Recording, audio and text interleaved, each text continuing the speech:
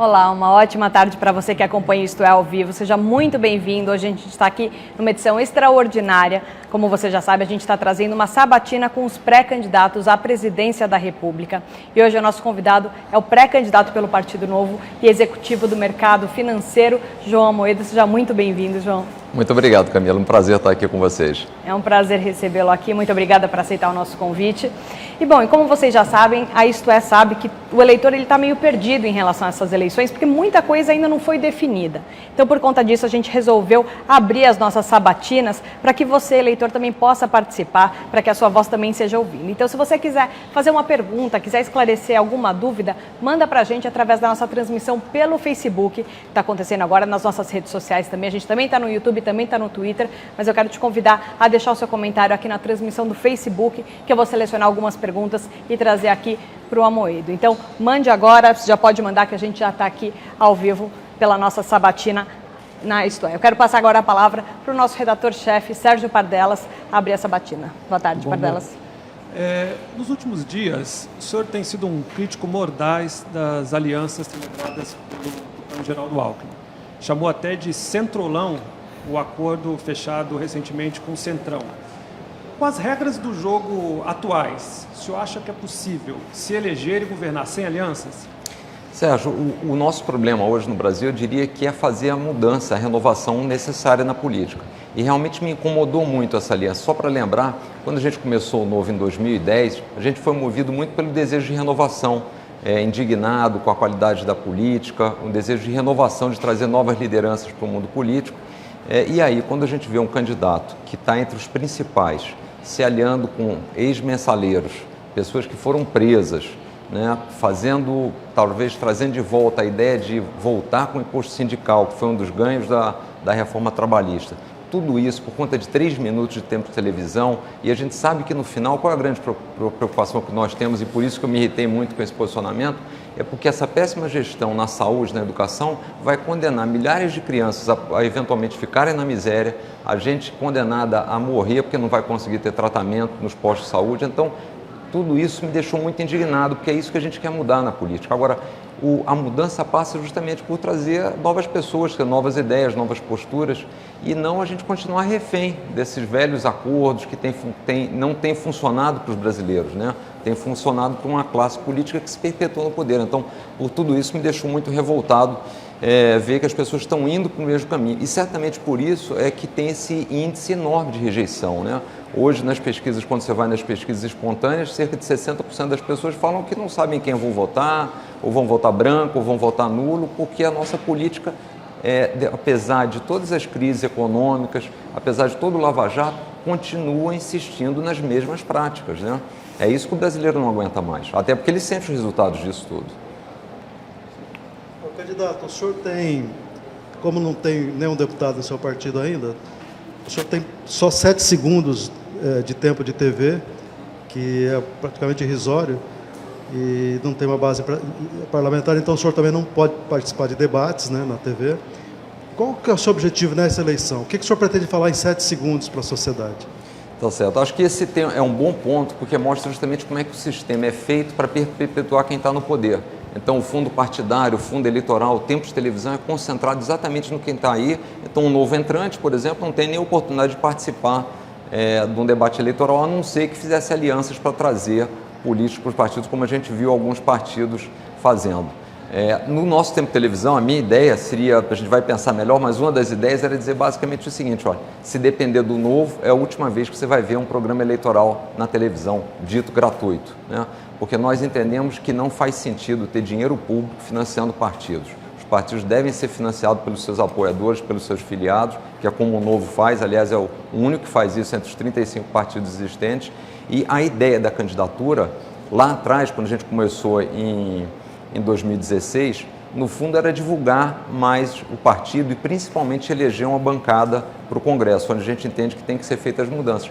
Mas hoje no Brasil existe um nível tão grande de indignação com a política atual, um desejo tão grande de renovação, que nós estamos otimistas que tudo pode acontecer nesses próximos 77 dias, 76 dias hoje, na verdade, que temos aí até a data das eleições. Então, A ideia é trazer propostas diferentes, realmente trazer novas lideranças para a política. Quer dizer, parece que o seu objetivo não é nem se eleger presidente, seria fazer uma bancada no Congresso para poder impulsionar a sua carreira política em 2022, por exemplo, é isso? A nossa vontade, o nosso desejo, o nosso trabalho vai ser para fazer as duas coisas. E também eleger alguns governadores que a gente terá em 5 estados candidatos do Novo. Basicamente porque o Brasil hoje está muito fragilizado. As contas públicas ruins, serviços péssimos, segurança nem se fala. E se a gente não fizer uma mudança agora em 2018, o meu receio é que a gente condene o país a mais 10 anos aí de uma situação muito crítica, onde vai ser mais difícil ainda a reversão de todo esse cenário que nós temos hoje. Candidato, boa tarde. Boa tarde, Matheus. Esse ano vai ter uma mudança muito grande no financiamento das campanhas, né? Acabou o financiamento privado, agora tem só o financiamento público acontecendo. Qual que é a posição do Novo sobre o financiamento público e como ele pode melhorar para as próximas eleições? Márcio, a princípio nós somos totalmente contrário ao financiamento público. Nós entendemos que o dinheiro para os partidos deveria vir dos seus apoiadores, dos seus filiados. Por que isso? Primeiro que não é ético, no nosso entendimento, você tirar dinheiro da educação, da saúde para financiar partido. E segundo, como qualquer coisa, para ter representatividade, você deveria ter esse dinheiro vindo de forma voluntária dos doadores. É isso que faria o partido ter representatividade. Os partidos hoje acabam tendo dinheiro subsidiado, privilégios, benefícios, e não representam de fato o cidadão. Além disso, cria-se uma pressão enorme para a criação de partidos, porque são muito privilégios para os partidos. Então a gente defende que o dinheiro deveria ser privado. Agora, se por acaso fosse para ter algum dinheiro público, a nossa proposta é que fosse um processo democrático. Por exemplo, ano passado foi aprovado mais aí 1 bilhão e 700 milhões de reais para os partidos políticos. E a verba está sendo dividida, basicamente, a grande maioria, 40%, vai para os 4 partidos que são justamente aqueles que têm a maior quantidade de investigações na Lava Jato. Se fosse para ser algo democrático, no meu entender, a gente deveria pegar 1 bi e 700 milhões, somos 140 milhões de eleitores, dividiria pela quantidade de eleitores, daria aí 12, 13 reais para cada um, e cada um na urna determina para que partido quer que vá o dinheiro ou se não vá para nenhum partido. Mas essa concentração de premiar os partidos justamente que estão mais envolvidos na Lava Jato com mais dinheiro, sendo dinheiro público, não faz o menor sentido. Vai ser uma campanha mais barata esse ano por conta disso ou não tem nenhuma ligação uma coisa com outra? Eu acredito que seja. Eu acredito que seja a campanha mais barata. A gente no Novo, já em 2016, foram as nossas primeiras campanhas, fizemos campanhas muito baratas, usando as mídias sociais, sola de sapato. Esse ano estamos usando um recurso que pela primeira vez o TSE liberou, que é a tal da vaquinha virtual. Então eu entre os próprios pré-candidatos à presidência, com exceção do Lula, que está preso, sou que estou liderando esse processo. E interessante, a gente acabou recebendo doações já com 4 dias de todos os estados do Brasil, o que mostra que as pessoas, quando são colocadas para doar de forma voluntária, elas se engajam no projeto, né? Diferentemente do que a gente vê hoje. O dinheiro do fundo partidário que o senhor recebe, o senhor devolve para o sistema, é isso?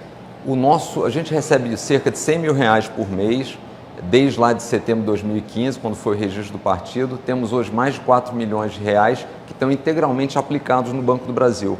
Porque é um problema, porque se a gente devolver para o TSE, ele é dividido entre os demais partidos. A gente gostaria de devolver para a Receita, para o Tesouro, que seria uma forma de estar devolvendo para todos os cidadãos brasileiros. Mas a gente já fez uma consulta, como é algo muito diferente, nunca houve essa consulta, a gente não teve ainda uma resposta de como efetivar isso. Então, enquanto não tiver como devolver, a gente vai deixar lá aplicado, não vamos usar nenhum tostão, que é o que a gente tem feito, e pretendemos, assim que possível, assim que tivermos uma resposta positiva, devolver todo o principal, mais a renda obtida durante esse período para o Tesouro. Quer dizer, nesta campanha o senhor não vai usar desse dinheiro, então? Não vou usar nem do fundo partidário, nem do fundo eleitoral. O Novo receberá alguma coisa como 1 milhão de reais do fundo eleitoral e a gente também não utilizará. E como é que o senhor vai fazer campanha? Viajando o Brasil inteiro? Com doações, né? A gente nessa vaquinha virtual até hoje, eu estava comentando que eu fui o que mais arrecadei aí cerca de 280 mil reais. Teremos doações dos filiados do Novo. Hoje o Novo tem 21 mil filiados, um pouco mais de 21 mil filiados, e eles contribuem com R$ 29 reais por mês. E o partido já começou a fazer algumas campanhas e está tendo muito sucesso, mandando e-mails para os filiados, dizendo o seguinte: olha, durante a campanha você não quer aumentar um pouquinho essa arrecadação? E a gente está tendo resultados muito positivos. Realmente as pessoas acreditam na proposta e querem investir na proposta, porque elas sabem que é um investimento que retorna para elas, né? No fundo, o que a gente quer é melhorar o Estado, diminuir carga tributária, ter melhores serviços, e isso vai voltar para o cidadão brasileiro. Boa tarde, eu gostaria de aproveitar agora que você falou de diminuir a carga tributária. A gente tem visto que com o teto dos gastos, o próximo presidente vai ter uma grande dificuldade com o orçamento, justamente. E deve faltar dinheiro para áreas que são obrigação do Estado, justamente saúde e educação são prioritárias. A gente tem visto como o Brasil gasta mal nisso e os problemas que têm voltado recentemente. Nosso noticiário deu isso e todas as outras publicações têm insistido nisso. Problemas do Brasil voltar para o mapa da fome, mortalidade infantil, doenças que já estavam erradicadas, ou seja, problemas que são seríssimos que o Brasil está tendo dificuldade em resolver. Com o teto de gastos, com o orçamento mais baixo, com o que já está comprometido para os próximos anos, vai ter dinheiro para resolver, no curto prazo, os problemas essenciais do Brasil? O senhor pretende fazer para usar melhor o orçamento disponível? Eu entendo que nós temos que começar um ajuste diferente de todos os outros que foram feitos no Brasil no passado. Os ajustes no Brasil sempre foram feitos com aumento da carga tributária. E agora o Estado está gigantesco, muito ineficiente, e ninguém aguenta mais pagar imposto. Afinal de contas, a gente trabalha 153 dias por ano só para pagar imposto. Estava vendo, já pagamos aí mais de 1 trilhão e 200 bilhões de imposto esse ano. Quer dizer, se a gente dividir pelos 200 milhões de brasileiros, dá mais ou menos, em média, R$6.000 para cada brasileiro de pagamento de imposto até hoje, na metade do ano, né? Então, o que a gente tem que fazer? Ir nas despesas. E aí tem até um estudo do próprio Banco Mundial, que foi divulgado ano passado, que mostra que dá para se fazer uma economia de quase 8% do PIB, alguma coisa como 400 bilhões de reais. O que seriam os itens principais? Primeira coisa, não tem como escapar, reforma da Previdência. A reforma da Previdência deixou um déficit ano passado de quase 270 bilhões de reais, então a gente tem que fazer uma reforma da Previdência.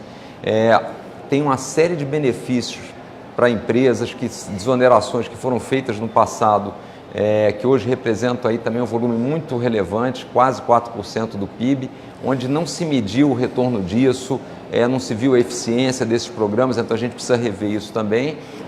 E a gente tem, numa elite do funcionalismo público, também valores muito acima dos ganhos da iniciativa privada. E sem contar, por último, a parte política, né? Temos um Congresso que custa 29 milhões de reais, quer dizer, o Congresso custa 10 bilhões e meio de reais por ano.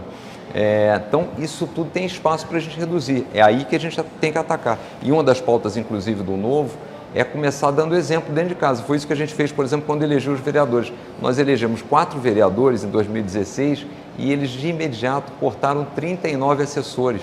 Estão economizando mais de R$1 milhão por ano nos seus mandatos. Lembrando que no Brasil são quase 58 mil vereadores. Quer dizer, tem uma massa crítica. O Estado brasileiro é muito gastador. A gente tem que entrar e reduzir isso. E aí, voltando só para a primeira pergunta, para terminar, por isso que eu me assusto quando eu vejo acordos sendo feitos com figuras da velha política, porque dificilmente quem está nesse sistema ou os partidos tradicionais estarão dispostos a fazer cortes nos seus privilégios. Quer dizer, senador com 90 assessores não faz sentido no Brasil atual. E como fazer com que eles aceitem esse tipo de corte? Eu diria o seguinte, alguns deles eu acho que aceitarão, porque entenderão que isso é uma demanda da população, e outros, infelizmente, não aceitarão, e aí cabe à população substituir esses que estão aí.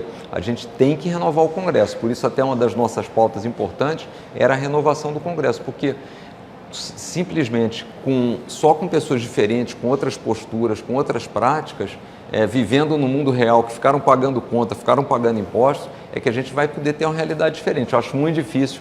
Eu até tenho ouvido a gente, desde o início, acho que se procurou muito um outsider nesse processo político, acabou não acontecendo, mas dificilmente, mesmo que viesse um outsider nos partidos tradicionais, eu acho que a resistência das próprias máquinas partidárias para fazerem os ajustes, porque afinal de contas é assim que eles se perpetuam no poder, seria muito grande.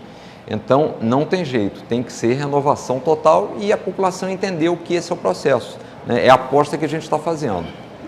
Candidato, tem uma pergunta aqui do Miro Mota, que ele tem o seguinte questionamento. O que fazer na economia para que possa diminuir o número de mais de 13,7 milhões de desempregados existentes no Brasil? Essa é uma pergunta boa, quer dizer, a gente não pode esquecer que quem gera emprego é o empreendedor, né? E no Brasil hoje empreender é muito difícil. O Brasil nesses rankings de liberdade econômica está na posição 158. Eu estava vendo no ranking de fazer negócio do Banco Mundial, na parte de carga tributária e cálculo, de 180 membros, o Brasil está na posição 176. Então no Brasil, abrir uma empresa tem que passar por 11 etapas, é dificílimo. Calcular a quantidade, os tributos, além da carga ser elevada, a complexidade é enorme. Você fechar também. O Brasil é uma economia muito fechada. O custo de capital é muito elevado no Brasil também, porque o governo compete pela poupança das pessoas.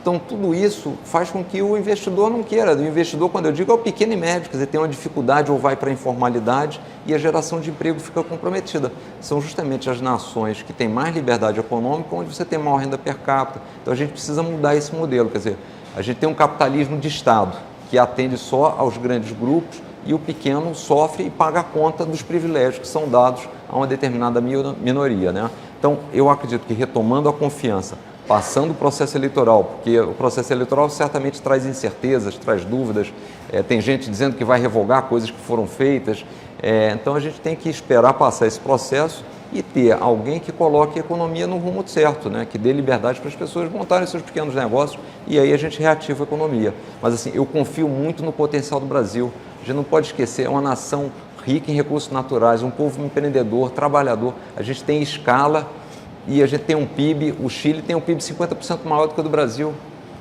Não faz sentido, né?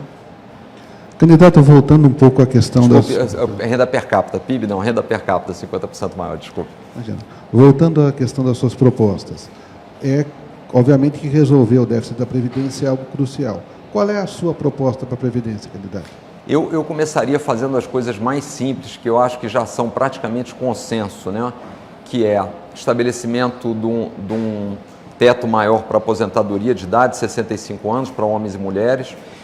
Precisaríamos fazer uma regra que, à medida que vai aumentando a expectativa de vida, de alguma forma esse teto vai aumentando também, desvincular o reajuste das aposentadorias do salário mínimo e deixá-lo indexado à inflação. Um outro ponto que eu acho relevante também, que já foi discutido, é aumentar a quantidade de horas, de anos trabalhados e fazer uma aposentadoria proporcional se não chegar a todo o período. Eu diria que essas seriam as primeiras coisas a serem feitas e, por último, realmente ter uma regra de previdência, de aposentadoria, que seja semelhante para os funcionários da iniciativa privada e da iniciativa pública, né? Hoje a gente tem uma distorção, o déficit do aposentado da iniciativa privada é cerca de R$5.000 e o déficit do aposentado da área pública é 78 mil, quer dizer, 16 vezes maior. Então, de novo, é um grande processo de transferência de renda. Parece que a população não está convencida da necessidade de ter essa reforma da Previdência. Até agora, ninguém conseguiu fazê-la como devia. O próprio Temer tentou e não conseguiu. Os deputados parece que não queriam também. E a sociedade parece que não está consciente de que precisa ter reforma, não é isso? Eu acho que nós temos que explicar isso para a sociedade, até porque se nada for feito, em alguns anos, todo o dinheiro arrecadado vai só para pagar a aposentadoria. Infelizmente, o governo Temer estava com muito pouca credibilidade. Por quê? Primeiro, uma série de ministros investigados. Segundo, como é que você pode querer fazer algum corte ou querer fazer alguma reforma se você não dá o exemplo dentro de casa? Por isso que no Novo a gente coloca muito essa questão de dar o exemplo, de cortar custos, de cortar privilégios, porque você está como cidadão dizendo o seguinte, bom, mas o sujeito está andando de jatinho para cima e para baixo, está aumentando o dinheiro do fundo partidário, está criando um fundo eleitoral para financiar os partidos e está querendo mexer na minha aposentadoria, é natural que a pessoa nem continue a ouvir o resto da história, né? Então, a primeira coisa que a gente defende é quem chegar lá tem que chegar dando exemplo, não precisa morar em palácio, não precisa ter cartão corporativo, não precisa ter chefe de cozinha, não precisa ter tantos assessores, a gente tem que fazer isso, aí a população começa a dizer, bom, essa pessoa tem credibilidade, deixa eu ouvir o que ela está falando. Então, o mundo político perdeu a credibilidade. O Brasil precisa fazer reformas e os políticos não têm credibilidade para fazer reforma porque a população não consegue ter um endosso. Aí, a gente vai para esse atalho, que é fazer essas associações com pessoas que certamente a última coisa que querem é mudar o modelo atual. Então, a gente tem que sair dessa sinuca, dessa armadilha, né? É a visão que eu tenho hoje do Brasil. Amoedo, é compreensível a pregação do não uso do fundo partidário, enfim, da verba de gabinete como bandeira. Acredito, inclusive, que tem aderência no eleitorado, o eleitorado hoje cético em relação aos políticos, à política tradicional, enfim. Agora, é uma cláusula pétrea do Novo, vocês jamais vão utilizá-lo, e outra questão, você pode, há maneiras de você valer-se do recurso de maneira legal, sem desvirtuar. Às vezes, claro que há um exagero, e a gente percebe um exagero hoje. Agora, a estrutura do mandato, às vezes, para atender ao anseio do seu eleitor, você vai precisar da estrutura do mandato. Eu quero saber, elegendo uma bancada no Congresso, vocês vão abrir mão desses recursos? Como é que é definitivo isso? Não, esse é definitivo. Algo muito importante quando a gente montou o Novo, que era no fundo o partido foi montado, começamos a pensar lá em 2009, 2010, com um objetivo, fazer algo para melhorar a vida das pessoas. E nós entendemos que a melhor forma de fazer isso era entrar pela política, mudar o mundo político, atuar no Estado, né, onde a gente teria escala, na verdade impactaria a maior quantidade de pessoas. E uma das coisas que a gente sempre falou, o Novo tem que reunir as pessoas em torno de princípios e valores, e não de um salvador da pátria. E os princípios são muito importantes. E acho que no caso da política, essa é a nossa segunda eleição. E é interessante como a gente é testado nas eleições principalmente. Por isso, meu entendimento é que os partidos nunca foram instituições e se tornaram única e exclusivamente legendas, porque a visão de curto prazo, a ideia de atender aquilo que é necessário, leva as pessoas eventualmente a fazerem o que é melhor, só que não necessariamente o melhor é o certo. Então, no Novo, a gente assumiu esse compromisso de fazer o certo e colocar os filiados para nos vigiarem o que está escrito no Estatuto, porque eu tenho muita preocupação, quando você se desvia um primeiro momento, depois sempre você acha alguma justificativa. Provavelmente, muitas das pessoas que estão investigadas na Lava Jato, lá atrás, não pensavam em usar dinheiro de Caixa 2, mas acharam que isso era importante para chegar no poder e depois foram flexibilizando. Então, acho que a gente não pode flexibilizar. Óbvio que a estrutura de assessores, tudo a gente pretende usar. Eu estava comentando o caso dos vereadores do Novo, todos eles têm 6 assessores, a gente usa isso. Mas o dinheiro do fundo partidário é importante porque é a forma... Eu fico pensando exatamente como se fosse uma revista, né? Como se fosse Isto É. Quer dizer, se não só sair um bom produto, simplesmente os leitores cancelam a assinatura e vão embora. É isso que faz o compromisso de vocês de estar sempre trazendo uma qualidade no jornalismo. Então, no partido tem que ser a mesma filosofia, quer dizer, é a forma de você obrigar os seus representantes a continuarem alinhados com os princípios e valores. Então, isso para nós é fundamental. Você se preocupa com a cláusula de barreira que pode, se você não atingir aquele percentual mínimo lá de 5%, em vários estados, né? Não lembro quantos estados são agora, você se preocupa com isso, do partido poder não existir mais? Olha, nós entendemos que vamos atingir, nós lançaremos cerca de 450 candidatos em 18 estados da federação, mais o Distrito Federal. A cláusula de barreira, na verdade, tem 3 impactos mais relevantes, sendo que 2 deles para o Novo não são muito relevantes, porque o primeiro seria você não receber dinheiro público, a gente já não usa de qualquer forma. O segundo seria não ter tempo de televisão, e o nosso tempo já é muito pequeno. Tem um terceiro só que incomoda, é que você não poderia participar de comissões parlamentares, né? Esse é mais desagradável e esse poderia realmente interferir um pouco no nosso processo, mas a gente está muito otimista de que conseguirá cumprir a cláusula de barreira por essa capilaridade que a gente mesmo em pouco tempo conseguiu formar. Você falou que tem 5 candidatos a governador, né? Onde você tem mais chance de fazer um governador? Olha, nós teremos candidatos no Rio Grande do Sul, o Matheus Bandeira, teremos candidato aqui em São Paulo, o Rogério Schecker, que veio do Vem Pra Rua, teremos candidato em Minas, o Romeu Zema, teremos candidato no Rio de Janeiro, o Marcelo Trindade. A gente vinha discutindo com o Bernardinho, mas na última hora ele, acho que como vários, quando pensaram muito em entrar na política, acabaram desistindo. E teremos no Distrito Federal, o Alexandre Guerra. O Distrito Federal tem uma vantagem por a gente está falando de uma quantidade menor de pessoas, quer dizer, muito concentrado, talvez aí a gente tenha uma probabilidade maior, mas eu não descarto nenhum dos outros 4 lugares, porque são candidatos muito bem preparados e, de novo, vão estar nessa onda da população de realmente querer renovar, trazer nomes novos, né? Acho que a gente conta muito, infelizmente é a verdade, mas assim, não tem melhor propaganda para o Novo do que os políticos tradicionais. É triste até dizer isso, porque isso é ruim para o Estado do Brasil, mas assim, são tantas coisas erradas sendo feitas que a população fica com um desejo muito grande de renovação. Moedo, uma coisa importante que eu queria entrar com você agora é privatização. O governo é acionista majoritário, né, o governo federal, de 3 grandes empresas consideradas fundamentais para o país: Petrobras, Embraer e Eletrobras. A Petrobras está passando essa semana por uma disputa aí se vai ter ou não vai ter o leilão das distribuidoras. Pelo jeito não vai ter, só o da Cepisa, um prejuízo de 22 bilhões acumulados aí desde a federalização. A Petrobras discute-se qual que é a melhor forma de você colocar o preço do petróleo internacional dentro dos seus negócios, e a Embraer com essa parceria com a Boeing. Qual que é a sua visão com a Boeing? Quero saber qual a sua visão sobre a privatização, o que é importante ou não o governo ser acionista.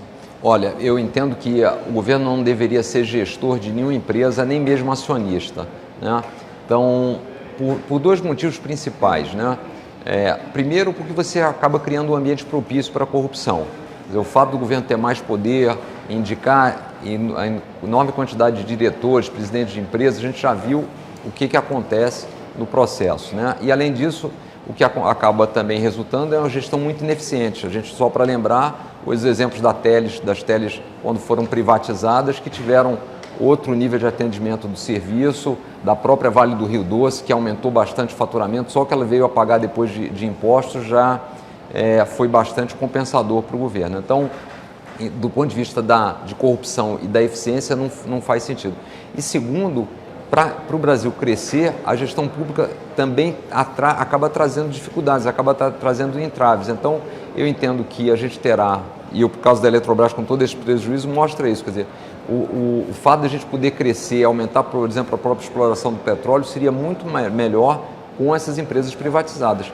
E por último, quer dizer, só para citar um terceiro ponto, é a questão da liberdade individual, né? O cidadão deveria ter a opção de decidir em que empresa ele quer ser sócio, e não ser sócio compulsoriamente do Correio, da Caixa Econômica, de empresas eventualmente que estão dando prejuízo.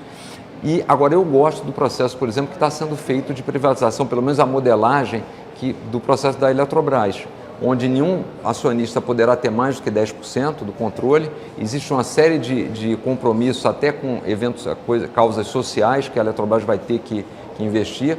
O governo vai ter um assento no Conselho de Administração, vai ter poder de veto para algumas questões mais delicadas, mas assim, eu diria que o mais importante no nosso entendimento num processo de privatização é você não transferir um monopólio público para um monopólio privado. Então, a Petrobras tem que ter concorrência no setor de refino, o Correios tem que ter concorrência para quê? Para que a gente possa, de fato, proteger o consumidor. E como convencer o eleitor que justamente a privatização não é uma apropriação de um bem do país, que o país não vai estar dando para o capital privado, né, essa empresa, esse grande símbolo nacional? Eu acho que a melhor forma de fazer isso é dar os exemplos que a gente já, ao redor do mundo, e os exemplos que a gente já teve no Brasil, né?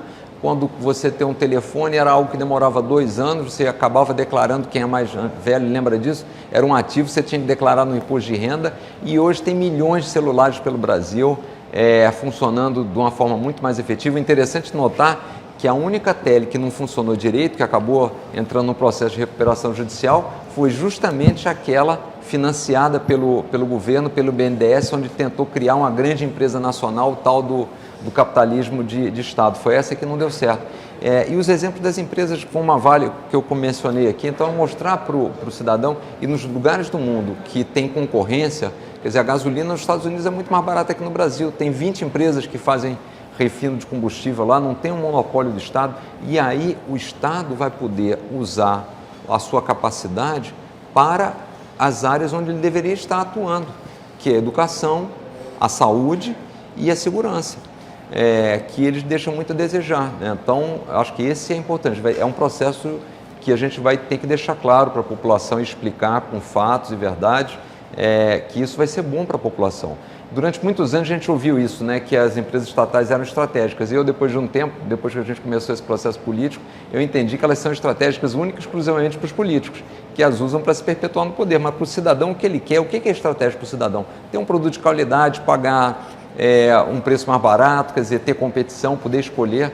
Acho que isso está ficando cada dia mais claro para as pessoas. Acho que a crise tem essa vantagem de explicitar problemas estruturais que a gente veio alicerçando a estrutura brasileira do Estado, né?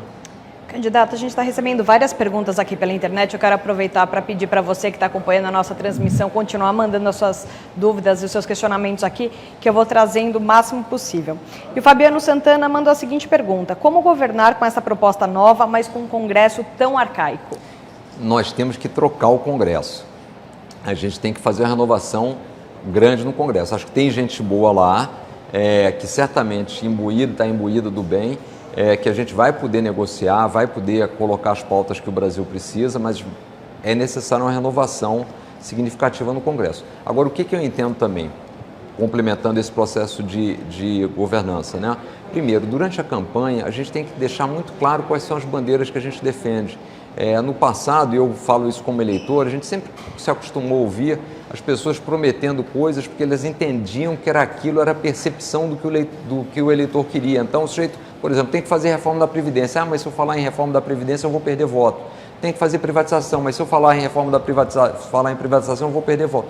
Então, ao chegar lá, tem dois problemas. Você não tem credibilidade para fazer as mudanças que você não explicitou.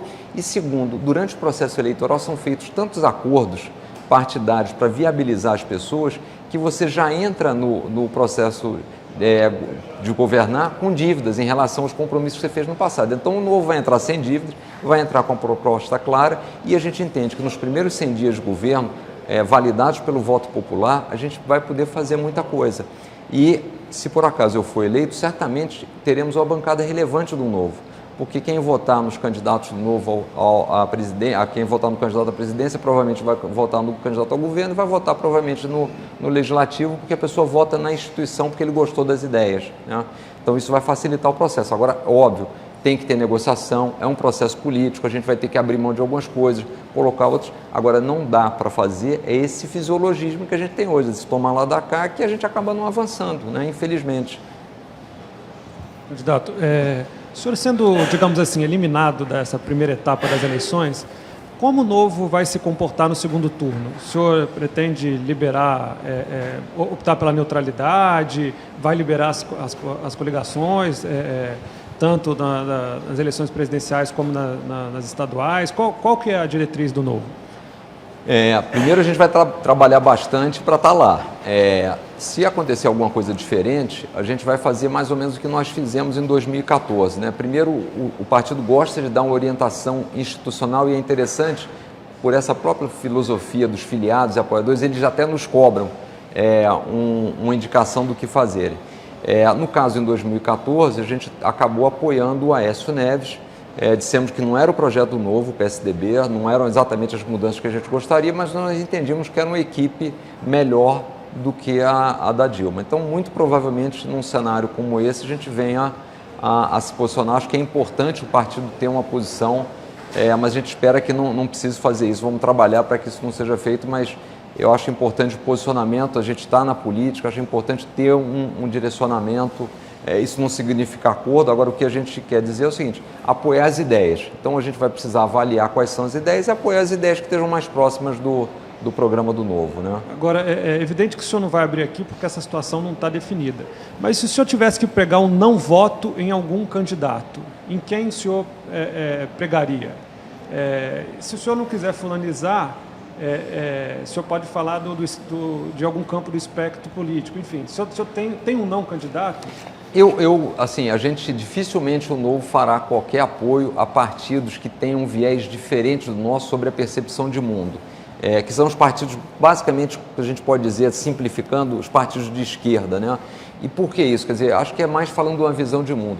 A nossa visão, e a solução passa por aí, é que o cidadão é o agente de mudança, é ele que tem que ter liberdade para fazer as mudanças e não um Estado resolvendo todos os nossos problemas, né? Que é o que eles acreditam. E por que isso, né? Não porque a gente esteja aqui para defender a política liberal, tenha esse compromisso único, exclusivamente teórico, mas porque vendo no mundo como um todo, quer dizer, onde as pessoas têm melhor qualidade de vida, os países que mais evoluíram, foram aqueles que adotaram uma política mais liberal, de limitação do tamanho do Estado, né? Para que ele não interfira tanto nas liberdades pessoais e deixe as pessoas se desenvolverem. Então, dentro desse aspecto, não faria nenhum sentido a gente votar em pessoas que têm essa filosofia, que inclusive foi o que trouxe muito o Brasil para esse sistema frágil da economia que a gente tem hoje. Quer dizer, pela lógica, se Alckmin ou Bolsonaro forem para o segundo turno contra um candidato de esquerda, certamente o senhor estará do lado de Alckmin ou Bolsonaro, é isso? É possível, agora é interessante a gente saber quais são as ideias, né? E eu gosto não só das ideias, mas eu acho importante, a gente está vendo isso em campanha, sempre viu no passado, estamos vendo de novo agora isso, que é o seguinte: não me interessa o que o cara diz, assim, o importante é dizer o seguinte: o que ele fez? Tem coerência? Porque o sujeito vai na campanha e promete um monte de coisa, você olha para trás, ele fez tudo totalmente diferente daquilo que ele está se comprometendo. Houve uma grande mudança dele de entendimento da realidade. Há de fato uma disposição em fazer essas mudanças ou apenas uma promessa para atrair candidatos? Então acho que isso é muito relevante para uma decisão nossa, e eu entendo que do próprio eleitor, né? Avaliar o que as pessoas têm feito, o que elas têm falado. Tem que ter coerência, né, entre o discurso e a prática, porque senão a gente vai ser enganado novamente. O senhor acha que é um momento da direita na política, vamos dizer assim, não digo, vamos dizer, o momento do Estado mínimo, das ideias liberais? O senhor acha que a gente vê outros candidatos também com um discurso parecido, o próprio Álvaro Dias, Alckmin também aborda, também ele fala bastante sobre isso, o Bolsonaro nem se fala. Agora, o senhor acha que com a falência das políticas de esquerda, com tudo que aconteceu com o PT, o senhor acha que essa é a eleição da direita ou centro-direita, vamos dizer assim? Eu diria assim, eu gosto de falar mais do cidadão máximo ao invés do Estado mínimo. E eu acho que essa crise teve esse papel educativo, né, de mostrar às pessoas que esse modelo de Estado muito inchado, intervencionista, com alta carga tributária, que promete muita coisa, dificilmente entrega, porque os incentivos dentro do Estado não são na direção correta, né? Então, essa percepção da população ficou clara. Tanto é que a gente está vendo candidatos como o Bolsonaro, por exemplo, que durante 30 anos no Congresso teve uma atuação muito mais na linha contrária do que do liberalismo, vendendo-se como um candidato liberal, né? Então, certamente, isso é uma percepção de que há uma demanda da população por um Estado menor, que vá atuar nas áreas essenciais, que dê mais liberdade para as pessoas empreenderem. Eu acho que a realidade nos trouxe a esse cenário aí, e a gente tem que aproveitá-lo para fazer as mudanças. Qual é a preocupação que eu tenho? A gente trazer alguém que tem só o discurso e não tem a prática. E aí será o pior dos mundos, porque a gente pode, numa segunda eleição lá na frente, voltar com a ideia de que aquilo não funcionou porque esse sistema mais liberal não funciona, quando na verdade não é questão de sistema, é questão de execução, né? Então no Brasil é fundamental a gente averiguar, identificar a capacidade de execução das pessoas. Candidato, se o senhor fosse eleito, quando o senhor tomasse posse, o que o senhor faria com o Bolsa Família? Eu manteria o Bolsa Família. Acho que o Bolsa Família dos programas sociais é o que tem melhor resultado, atende aí cerca de 14 milhões de famílias, a um custo relativamente baixo pelo que ele traz, 29 bilhões de reais. Ele tem um aspecto interessante de todos os programas sociais, estava vendo esse estudo do Banco Mundial, é aquele que direciona a maior fatia justamente para os 20% mais pobres, porque alguns programas sociais acabam não indo exatamente nos que estão na pobreza extrema, e o Bolsa Família é o mais eficiente nisso. E ele tem a grande vantagem, no meu entender, do governo dar dinheiro para as pessoas e deixar com que elas vão na rede privada, usem esses recursos da forma que julgarem mais eficientes do que, por exemplo, ter resolvido construir uma rede de supermercado, de alimentos, uma rede popular de supermercados. Então, o Bolsa Família, eu entendo, tem que ser reforçado, eventualmente até alguns programas sociais consolidados mais dentro do Bolsa Família, porque ele tem uma eficácia maior. Agora, o que a gente precisa trabalhar no Brasil é na educação, especialmente a base, que é fundamental para as pessoas terem porta de saída do Bolsa Família, né? No passado, as pessoas sempre comemoravam a quantidade de pessoas que entram no programa, quando a gente vê comemorar a quantidade de pessoas que saem. Agora, a educação brasileira tem sido muito falha, né? Infelizmente. Então, a gente precisa, de fato, melhorar, e eu entendo o seguinte: esse tem que ser uma das prioridades, será uma das minhas, e tem que ser uma das prioridades de quem assumir o governo. O Brasil tem que melhorar a sua qualidade, especialmente a base, que é fundamental. Era exatamente os pontos que eu queria perguntar agora, aproveitando isso, que é claro que a educação no Brasil vem piorando, a gente vê os indicadores, os resultados no PISA, em outras avaliações internacionais. O Brasil está se afastando das metas assumidas para a educação no próprio Plano Nacional de Educação, ou seja, a gente tem alfabetizado menos, com uma qualidade pior, as pessoas estão deixando a escola por várias razões, às vezes porque tem que buscar uma oportunidade para sustentar a família e tal. Como convencer as pessoas de que o investimento em educação é o que vai dar o salto para o Brasil do futuro? Hoje em dia parece que os congressistas mesmo e os governos não estão fazendo essa lição de casa, estão deixando a educação piorar e tirando recursos da educação. Como seria, então, com o seu partido nos governos estaduais e no governo federal? O governo estadual realmente tem mais ênfase assim, na educação de nível fundamental, né? A prefeitura é mais nível básico, né? E o governo federal é mais universidade e tal, mas tem a gestão da educação, que é uma política federal do Ministério da Educação. Queria saber, até porque o candidato Bolsonaro, por exemplo, já falou que extinguiria o Ministério da Educação. Queria saber a sua visão. Extinguiria o quê? O Ministério da Educação. Já chegou a dar essa declaração. Não, eu manteria. Acho que a primeira coisa, acho que para qualquer ação é a gente ter o diagnóstico correto, né? Então, de fato, a educação brasileira chama a atenção o PISA, por exemplo, que em média é um dos indicadores. O Brasil colocou mais dinheiro e mesmo assim, de 2012, nós estávamos na posição número 57 entre 70 países e hoje estamos na posição 63 entre 70 países. E interessante ainda no PISA também, eles fizeram recentemente isso, o PISA normalmente é para leitura, ciências e matemática. E aí fizeram agora em 2015 um novo, que é a capacidade dos estudantes trabalhar em grupo, que eles acham que isso é fundamental para as profissões do futuro, né? E o Brasil entre 70 ficou em 64. Quer dizer, é sofrível o nosso posicionamento. Então, várias coisas que eu acho que a gente precisa fazer. Primeiro, o Brasil hoje gasta muito mais no nível superior, no ensino público de nível superior. A gente investe mais ou menos por aluno cerca de 3 vezes o que a gente investe no nível básico. E é interessante que, comparado com países desenvolvidos, o nosso investimento está parecido. Quando você vai no nível superior. Quando a gente vai para a educação básica e fundamental, está muito abaixo, né? Outro aspecto então a primeira coisa é mudar o direcionamento, dando mais ênfase na educação básica e especialmente na primeira infância. Hoje tem algumas pesquisas já mostrando que R$1 investido na primeira infância dá um retorno de R$7 para a sociedade. Agora, é óbvio, quer dizer, isso não significa inaugurar a escola e fazer show inaugurando a escola.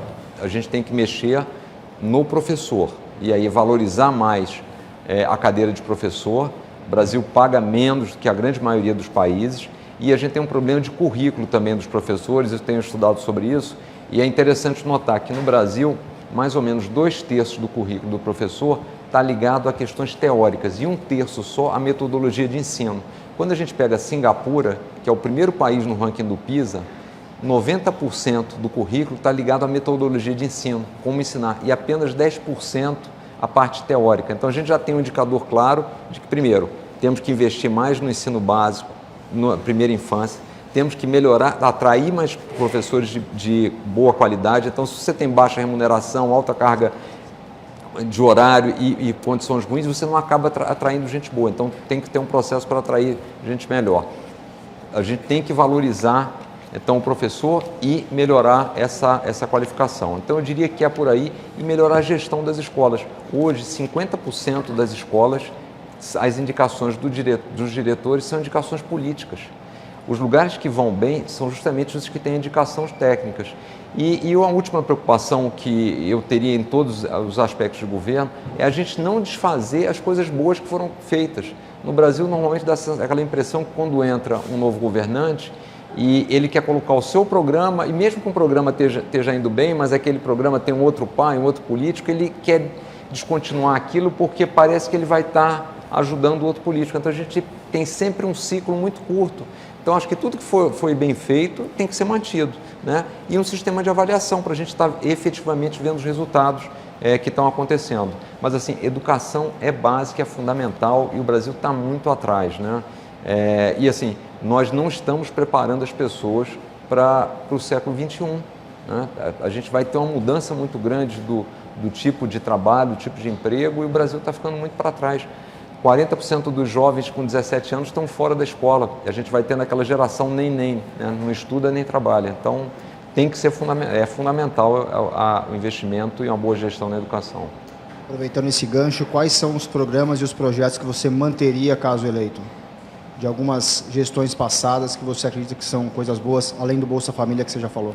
Olha, na parte de educação, essa reformulação que foi feita do currículo, eu acho que foi interessante, né, para dar mais liberdade.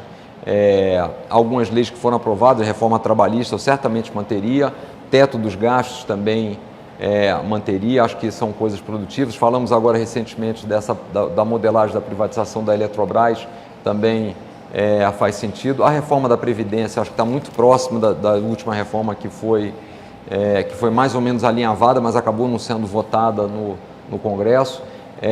O Banco Central, como tem atuado, e aí eu não manteria não só a instituição como tem, mas dando mais autonomia, mais independência e mantendo o atual diretor, o atual presidente do Banco Central. A nossa ideia era, por exemplo, descasar os mandatos da presidência do Banco Central para que ele ficasse mais independente. Então, o que eu gostaria, por exemplo, é que o presidente ficasse pelo menos mais 2 anos, o atual, e aí a gente passasse a ter os mandatos de 4 anos, renováveis uma vez, mas descasando do mandato da presidência da República, para que de fato a gente tivesse uma maior independência. E eu estaria disposto a fazer esse descasamento mantendo o atual presidente, que tem feito um bom trabalho. O William Godfrey, né, que está fazendo um bom trabalho lá no Banco Central. Aproveitando que você falou em nomes, um presidente, na verdade, é só a figura pública dentro de um ministério que é super importante aí para uma governabilidade. Você tem alguns nomes comprometidos, caso você seja eleito? Sei lá, Gustavo Franco como ministro da Fazenda, alguém para a educação, para a saúde. Como você está pensando nisso tudo e até nas alianças que provavelmente você vai ter que fazer para um eventual segundo turno? Márcio, assim, eu acredito muito em equipe, né? Eu sempre, em todos os trabalhos que eu tive, todos os empregos, sempre trabalhei partindo do pressuposto que você não faz nada sozinho, você só faz com equipe, que você consiga motivar, liderar pelo exemplo, tá junto. Então, na presidência da República não dá para ser diferente. Acho que algumas coisas. Primeiro, a gente tem que ter uma quantidade de ministérios, não mais do que 12, porque senão é totalmente funcional. Então, a gente gostaria de trabalhar com alguma coisa entre 10 e 12 ministérios, para de fato ser funcional, você trabalhar como um time, você ter os interesses juntos, uma agenda única para o Brasil, onde todo mundo está comprometido e não nacos de poder, onde cada um está vendo os seus interesses específicos, que é infelizmente muito do que a gente tem hoje e acaba tendo um pequeno núcleo só que trabalha para o Brasil, a grande maioria está trabalhando para isso. A gente está conversando com vários nomes, acho que tem gente boa, o Gustavo está muito próximo, ele certamente seria um ótimo nome aí para a economia, para a fazenda. Pessoa competente, totalmente alinhada com o novo, foi um dos pais aí do Plano Real, do Plano de Estabilização da Moeda, e certamente pode ser uma pessoa determinante para a gente fazer um Brasil que tenha mais liberdade econômica, para justamente as pessoas terem mais facilidade para empreender e para geração de emprego. Mas tem vários nomes que a gente está conversando, mas ainda vamos adiantar isso um pouco mais para frente. Mas certamente antes do processo eleitoral, e principalmente porque a gente quer mostrar que os nomes que estão vindo são pessoas técnicas que entendem do que estão fazendo, e não por indicações políticas. Você fez algumas críticas às desonerações. Você acha que elas têm que ser revogadas todas? Não tem que ter mais? Também Bolsa Empresário tem que acabar, não tem que ter incentivo para o empresário, então? Eu acho que não tem que ter incentivo para o empresário, porque você acaba distorcendo o mercado, acaba criando um balcão de negócios. Acho que as desonerações têm que ser feitas, têm que ser olhadas cada uma delas, mas assim, acho que a grande maioria devia ser desfeita. Tem algumas que já têm prazo, inclusive, para terminar, mas nós temos que, no Brasil, trazer a livre concorrência. E, infelizmente, todas essas desonerações acabam concentrando o mercado e o consumidor paga a conta 2 vezes. Ele primeiro paga a conta como cidadão, porque acaba tendo uma carga tributária maior, porque aquela arrecadação que não existe lá na empresa, ou porque está tendo algum benefício, acaba sendo suportado por outro lado. E segundo, porque isso tudo contribui para você ter uma concentração muito grande dos mercados brasileiros. Você tem concentração nas empreiteiras, no mercado financeiro, em vários sistemas da economia você tem muita concentração. E aí o cidadão paga de novo com falta de opções, né? E os juros subsidiados do BNDES também acabam? Totalmente contrário. É a história da meia entrada, né? Que a gente dá meia entrada para as grandes empresas e algum cidadão brasileiro vai pagar dobrado. Me chama muita atenção, por exemplo, a questão do fundo de garantia, do Partido dos Trabalhadores, que sempre se foi vendido isso como sendo um direito, mas o fundo de garantia se pagava menos que a inflação para o trabalhador na sua poupança, e esse dinheiro era emprestado para grandes empresas a taxas subsidiadas ou era pego para comprar debêntures de grandes empresas que podiam estar indo no mercado de capitais. Né? E o que fazer com o BNDES, então? Acaba com ele? Não, acho que o BNDES pode ser um órgão de projetos. Ele tem uma inteligência técnica muito grande, então pode ser um órgão para a gente planejar novos projetos, infraestrutura, mas ele não precisa ser um banco fazendo empréstimo, né? Ele pode ser um órgão técnico, realmente para montar projetos de infraestrutura, de uma série de setores. Você não precisa financiar obras em Cuba, na África, como se fez até agora? De jeito nenhum. E assim, lembrando que isso sai do bolso do cidadão brasileiro, né? Então, ele foi dado a ele um caráter ideológico e pior, foi utilizado para a manutenção do poder. E é aquilo que a gente viu, quer dizer, o sujeito dava um empréstimo, comprava debênture da JBS, a JBS fazia doação para o político se perpetuava no poder. Então, assim, me assusta, por exemplo, quando eu vejo pré-candidatos, na verdade alguns já viraram candidatos, propondo pegar metade da nossa reserva e capitalizar o BNDES para colocar mais dinheiro lá, para emprestar para eventualmente novos políticos que estão aí, que eventualmente são vice-presidentes, são candidatos a vice-presidente, quer dizer, você dá mais poder para as indústrias que já tem aí o mercado de capitais, já tem a forma de buscar isso de forma competitiva, sem tirar dinheiro do cidadão. O Bolsa BNDES foi 6 ou 7 vezes, a sua equalização de taxa foi 6 ou 7 vezes o Bolsa Família. Né? E é o cidadão brasileiro que está pagando a conta com desemprego, com educação de péssima qualidade, com a segurança sofrível, para concentrar poder. Por isso que eu tenho dito o seguinte, essa mudança passa por uma nova dinâmica do Estado brasileiro. A gente precisa tirar essas corporações, essas minorias que estão usando o Estado brasileiro em benefício próprio. Infelizmente, o modelo é difícil, porque ele foi feito para essa turma se perpetuar. A gente viu isso quando foi para montar um partido. A gente ficou 5 anos para montar um partido. Muito difícil coletar as fichas no TSE, porque o modelo foi feito para impedir a concorrência. Candidato, o senhor citou aí o BNDES, a manutenção do BNDES como um órgão técnico e encerrar esse financiamento à grande empresa. Ao longo dos anos, eu me recordo de umas 4 vezes, propostas de usar o BNDES para o financiamento da pequena empresa que tem uma extrema dificuldade em obter acesso à capital. O senhor concorda com essa ideia e, pensando, o senhor é favorável ao estímulo ao empreendedor e ao empreendedorismo. Como resolver esse problema eterno do empreendedor brasileiro, que é a falta de capital? Assim, eu gosto da ideia, se de fato a gente tivesse uma instituição que fosse financiar as pequenas e médias, mas a gente sabe que na prática, ao longo do processo, isso acaba se perdendo, porque a instituição acaba... O BNDES, o ES era para ser social, mas eu nunca iria imaginar que financiar porto em Cuba ou obra em outros lugares teria algum aspecto social para o brasileiro. Então, ao longo do tempo, infelizmente, os nossos governantes, nossos representantes distorcem algumas das instituições e dão um viés que interessa a eles. Então, a minha tese é que é melhor deixar isso no livre mercado, onde, se você tiver uma quantidade maior de bancos, eu prefiro, por exemplo, incentivar muito mais a concorrência no sistema financeiro, e os bancos vão entender que as pequenas e médias são um nicho interessante e eles vão atuar lá de forma competitiva, procurando dar o melhor serviço, do que criar uma solução estatal para resolver um problema, porque a gente já viu que normalmente o prejuízo ou o custo disso é muito elevado, né? Bom, seria ótimo, só que essa infelizmente não tem sido a prática. O senhor tem uma experiência de sistema financeiro, o senhor sabe que banqueiro no Brasil é extremamente reticente em financiar pequena e média empresa. Quer ver o gerente da agência bravo, o microempresário chegar pedindo dinheiro, ele fica muito nervoso. Eu não sei se assim, se eles têm alguma coisa contra financiar pequena e média, porque eu diria o seguinte, qualquer uma pessoa que tem o seu negócio é movida por resultado. Então, se entenderem que a remuneração é adequada, compatível com o risco, eu acho que eles vão entrar nesse processo, como tem a parte de financiamento para pessoas físicas, né, que muitas vezes tem uma inadimplência muito maior do que a pequena e média, mas as pessoas estão financiando. Agora, o que a gente precisa no Brasil, de fato, é concorrência. No mercado financeiro, a gente teve um excesso de regulamentações. É interessante que é um segmento que tem rentabilidades boas, mas quantos bancos estrangeiros foram embora do Brasil? Vários bancos estrangeiros foram embora porque não conseguiram competir, porque a regulamentação bloqueava. Eu lembro, por exemplo, o Citibank é um banco grande que foi embora e disse que foi embora do Brasil porque o que ele tinha de processos trabalhistas no Brasil era mais do que o somatório do processo trabalhista que ele tinha em todas as outras unidades dele ao redor do mundo. Então, se a gente consegue flexibilizar, tornar o Brasil um ambiente mais fácil para negócio, a gente vai ter, porque o mercado brasileiro tem espaço, a gente vai ter mais competidores aqui. Compensação, o spread bancário no Brasil é um absurdo. Quer dizer, os bancos sempre ganharam muito dinheiro no Brasil. Os bancos que saíram daqui não foi por falta de dinheiro para explorar o povo brasileiro. Como é que reduz o spread bancário no Brasil? Eu acho que alguns bancos saíram porque não estavam ganhando dinheiro, porque se estivessem ganhando, teriam ficado.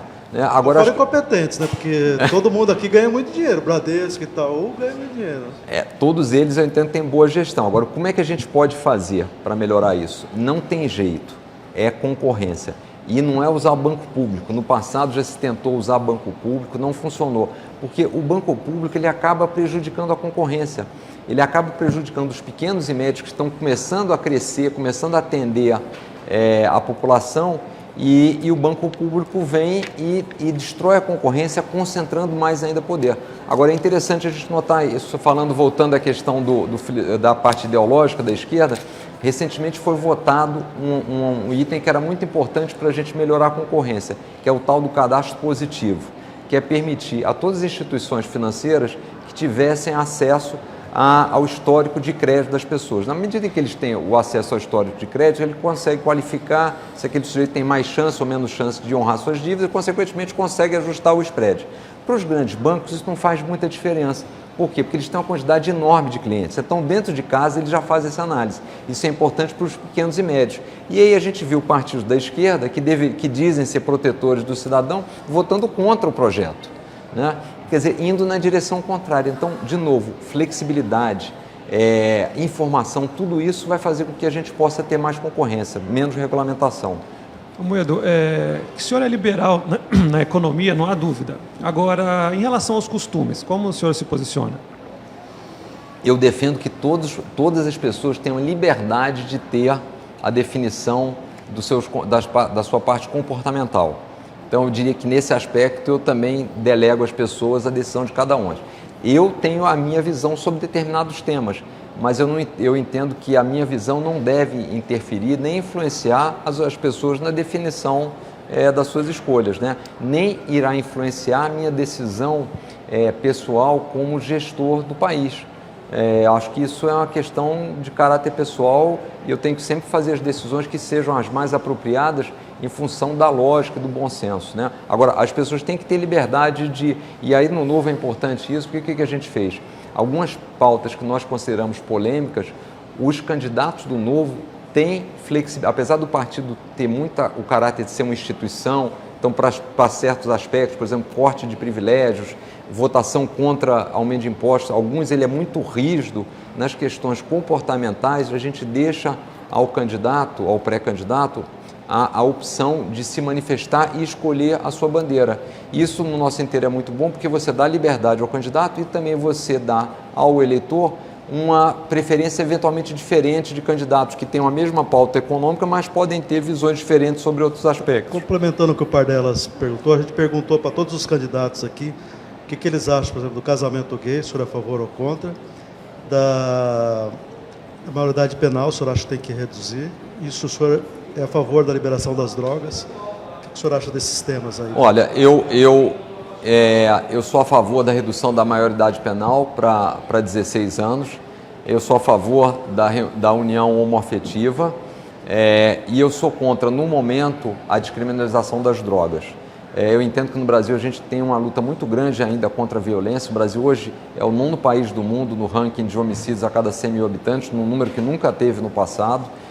Eu não traria essa variável adicional para o problema agora. Eu acho que a gente poderia avaliar o que está sendo feito fora do Brasil, justamente para a gente ver onde é que a gente tem melhores experiências e implementar eventualmente isso mais lá para frente. Estando consciente de que a guerra às drogas, como tem sido feito hoje, não está funcionando. Então, acho que a gente poderia começar numa parte mais educacional, né? Para mostrar às pessoas as dificuldades e realmente ter um caráter mais educativo aí nesse processo no primeiro momento. Amoedo, houve um episódio rumoroso em São Paulo, que acabou ganhando dimensão nacional, em que não ficou muito clara a sua posição. Qual foi? A interação de uma criança com um artista nu aqui no museu em São Paulo. Então, eu queria dar a oportunidade para o senhor esclarecer, porque naquele momento, não sei se o senhor ficou meio, enfim, entre desagradar o eleitorado ou imaginando que a sua opinião pessoal pudesse interferir nas diretrizes do Novo. Qual foi a sua posição? Eu queria que o senhor esclarecesse aqui. É uma boa oportunidade. Assim, primeiro, eu sempre tenho uma preocupação única e exclusivamente com a coerência das minhas ideias, das propostas que eu falo. Eu sou totalmente contra uma criança ir estar manuseando um adulto nu. Assim, para mim, isso é inadmissível, né? Então, até mencionei na época, quando eu fiz esse comentário, eu tenho 3 filhas, hoje já estão mais velhas, mas em nenhum momento eu levaria elas para um tipo de evento como esse.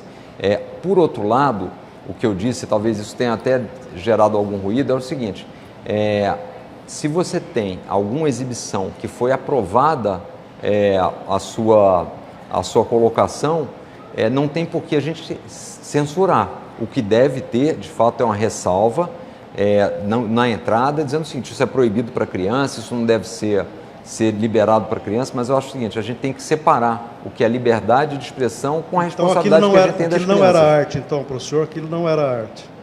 Na minha avaliação, não, mas pode ter gente que acha que aquilo é arte. Agora, independente de achar que é arte ou não, não faz sentido permitir que crianças pudessem atender a esse tipo de exposição. Se um adulto quer ir, não tem problema, está liberado, mas deveria ter uma ressalva muito forte na entrada, proibindo a entrada de crianças nisso. E é muito importante, isso é um aspecto que eu sempre coloco, nós, como cidadãos, assumirmos a nossa responsabilidade, quer dizer, não deixarmos isso acontecer, os pais das crianças, as pessoas não deixarem acontecer algo que não faz sentido. Agora, isso é diferente de você ir lá e proibir que alguém queira fazer uma exposição que tem alguma coisa, como tem filme hoje que são impróprios para crianças e você não pode levar, quer dizer, então para mim é o mesmo conceito, né? Eu defendo a liberdade com responsabilidade. Candidato, mudando um pouquinho de assunto, mais uma vez agradecer o pessoal que está mandando pergunta. O Roberto Campos já mandou, a Ivânia mandou, eles queriam saber sobre educação. O Sérgio Sabino está perguntando se o senhor vai diminuir o quadro de funcionários dos ministérios e diminuir o próprio ministério. E aí tem várias perguntas aqui a respeito de segurança. A Cleo, não sei falar seu nome, desculpa, diz que não sabe nada a respeito da sua opinião sobre segurança. E tem 2 perguntas de 2 Leandros, Leandro Delefrate e Leandro Pomin.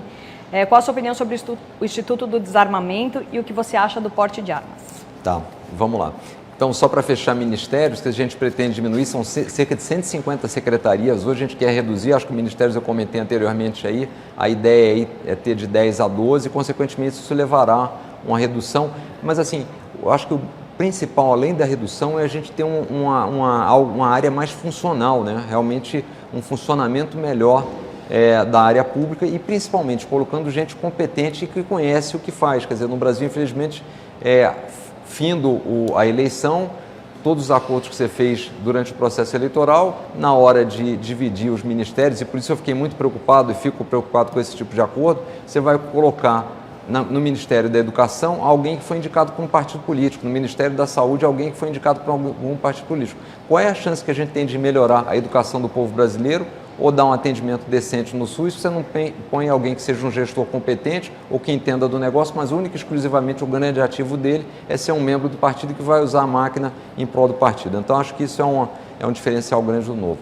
Indo direto no Estatuto do Desarmamento, depois a gente vai para a questão da segurança, nós, no Novo, é um posicionamento aí do partido, nós somos contra o Estatuto do Desarmamento. Por quê? Nós entendemos que foi feito um referendo lá atrás, que a grande maioria da população votou contra o Estatuto, que elas deveriam ter o direito à legítima defesa, à liberdade com responsabilidade. Então, o Novo defende que as pessoas, claro que passando algum teste, possam ter direito à arma. Agora, e devem também ser muito penalizadas se usarem a arma indevidamente. Então, o Novo tem esse posicionamento em defesa das liberdades individuais. Agora, nós não entendemos que isso é um processo para resolver a segurança urbana. E isso está mais ligado a liberdades individuais. A segurança é, no meu entender, a principal missão do Estado. Né? No fundo, o Estado foi feito para nos proteger a nossa liberdade, proteger a nossa vida, e o Estado brasileiro tem deixado isso em péssima situação. Então, o que eu entendo que seriam medidas que a gente precisa fazer? Primeiro, ter uma integração maior do governo federal, estadual e municipal no trato da violência. Segundo, no Brasil a gente tem essa questão das polícias, né? 2 polícias divididas, polícia civil, polícia militar, em que nenhum lugar do mundo funciona isso. As polícias podem fazer todo o processo, desde a investigação até a repressão. Então a gente entende que tem que dar a possibilidade para as polícias fazerem isso, aparelhar melhor as polícias, mais uso de tecnologia.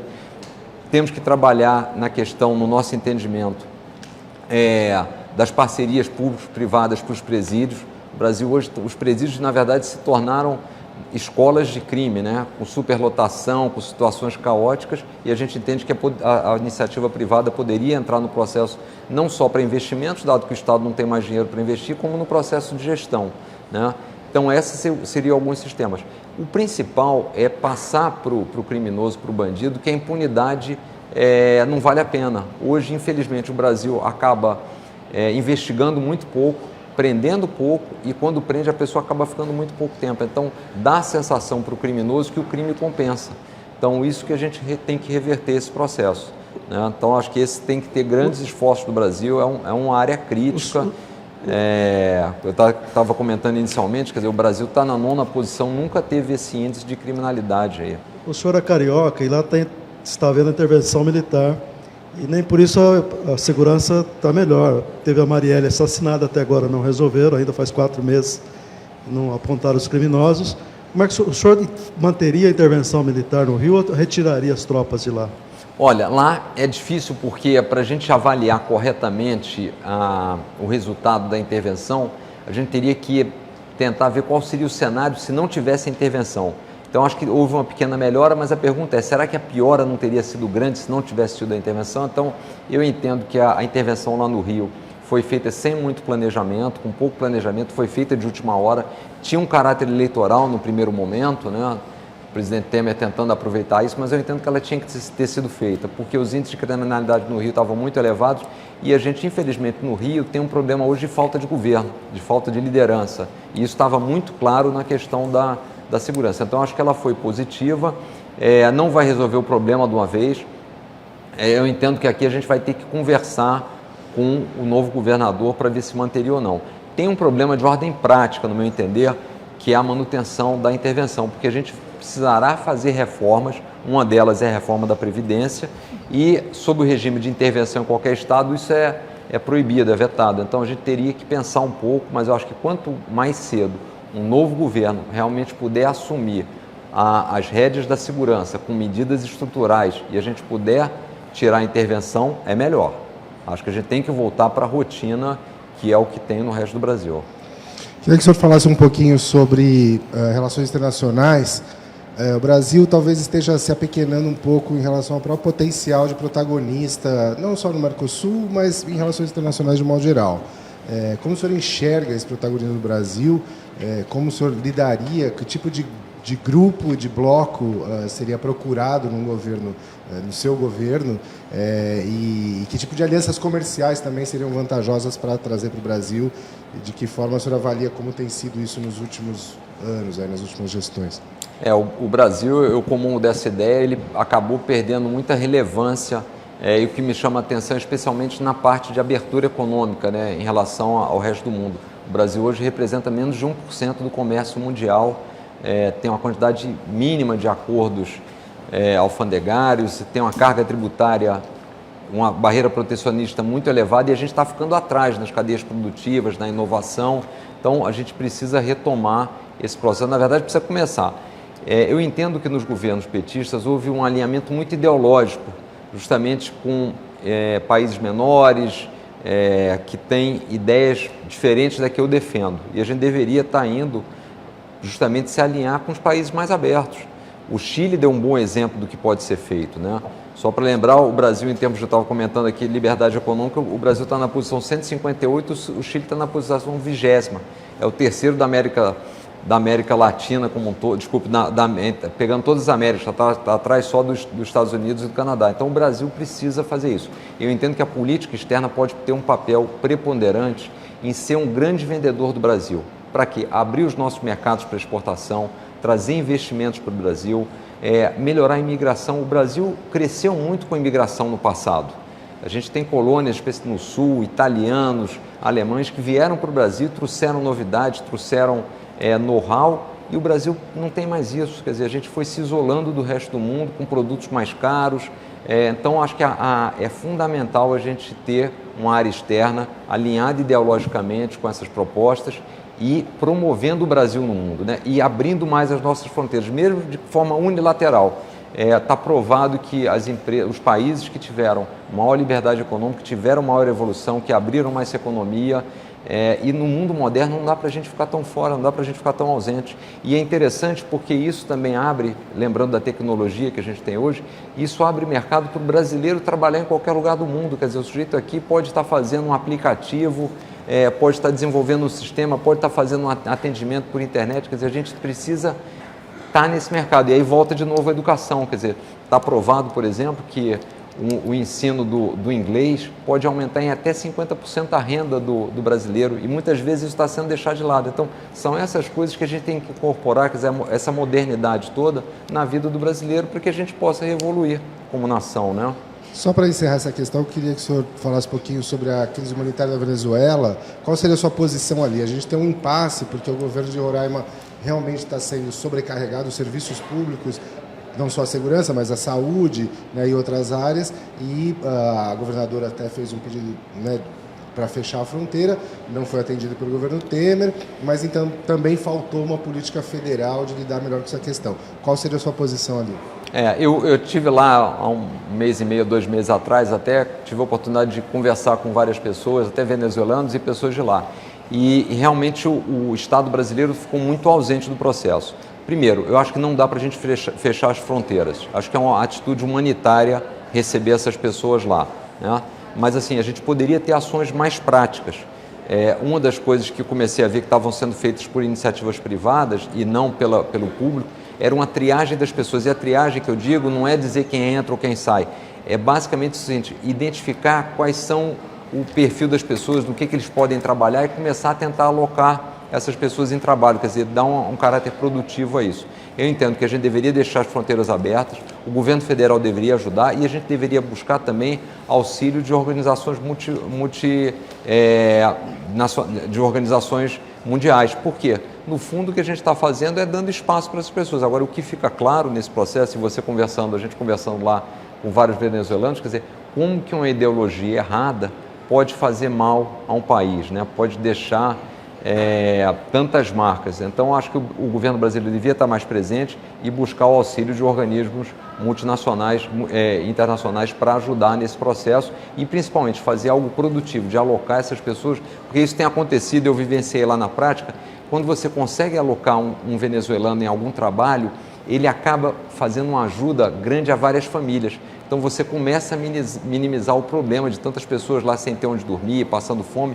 Um deles passa a ser um centro de congregação e de resolução do problema de vários. Então era fundamental ter algo estruturado para isso. Candidato, geralmente aqui nos comentários durante a transmissão a gente vê muita polarização. Sempre gente que ama e sempre gente que odeia os candidatos. E hoje, engraçadamente, as pessoas estão elogiando as propostas, mas falando, mas eu já tenho um outro candidato.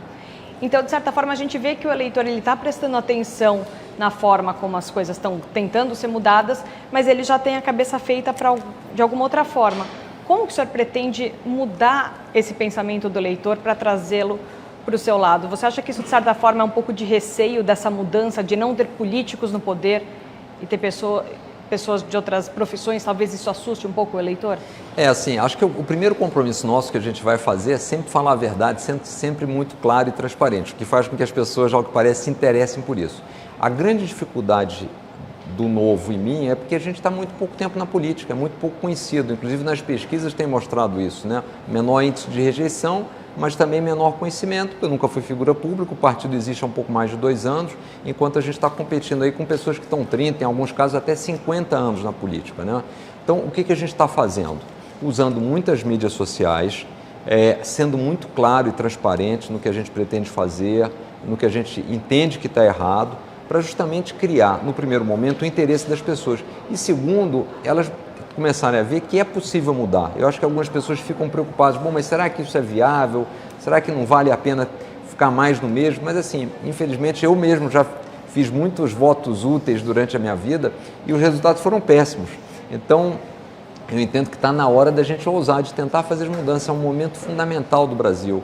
Toda a crise, toda essa lava-jato, tudo isso criou uma oportunidade para mudança. Quando a gente começou o Novo, lá em 2010, a gente sempre disse o seguinte, é um projeto de longo prazo, porque a gente tem que convencer as pessoas, tem que vender as ideias, mas todo esse mecanismo, e principalmente o nível de conscientização das pessoas hoje em relação à política, que foram para a rua, que acompanham os julgamentos do STF, que querem mudança porque estão sentindo na pele as dificuldades de viver no Brasil do jeito que está, eu sou otimista que a gente pode reverter esse processo. As pessoas agora estão começando a ficar mais atentas, os candidatos vão sair, os pré-candidatos vão se tornar de fato candidatos, as coligações estão sendo dadas, estão sendo definidas, e isso acho que vai trazer para as pessoas uma percepção muito clara do quadro. E eu acho que abre espaço muito grande para o nosso crescimento aí.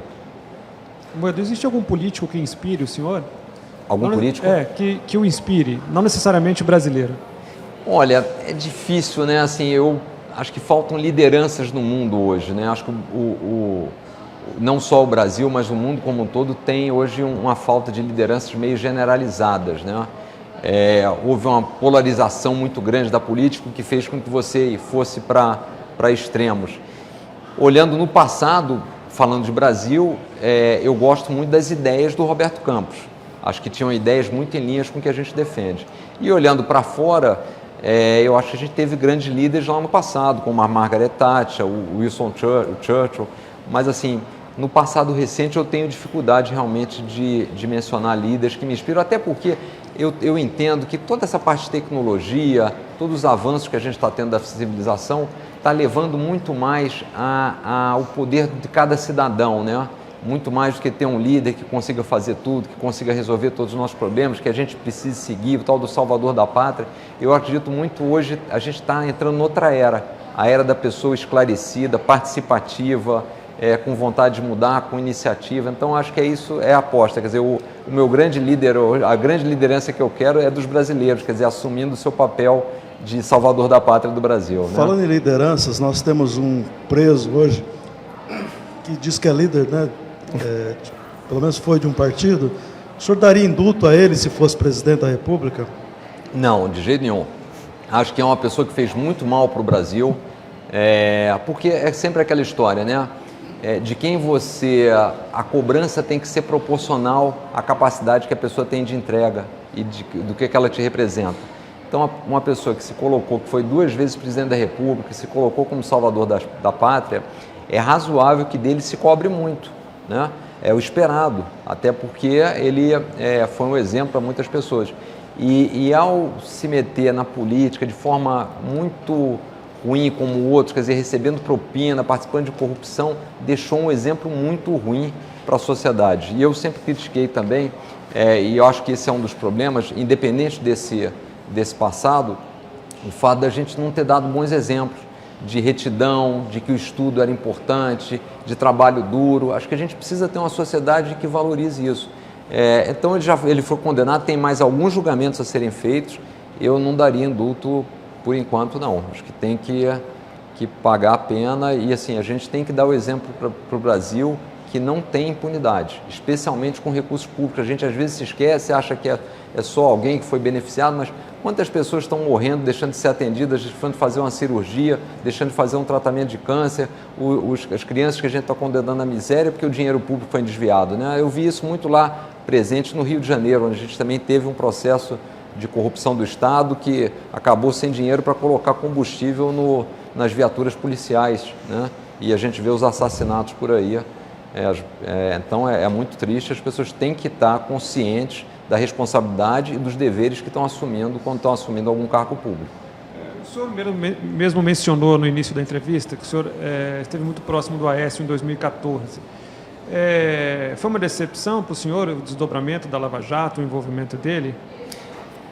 Assim, nós votamos nele porque achamos que era a melhor opção e não me arrependo, porque realmente em relação a Dilma, até a própria situação mostrou isso. Agora, é uma decepção ver que essas pessoas, eu diria que a decepção maior não foi nem só com o Aécio ter participado, ao que tudo indica, né, pelas gravações, de um processo de corrupção, mas principalmente ao tratamento que o PSDB deu em relação ao Aécio.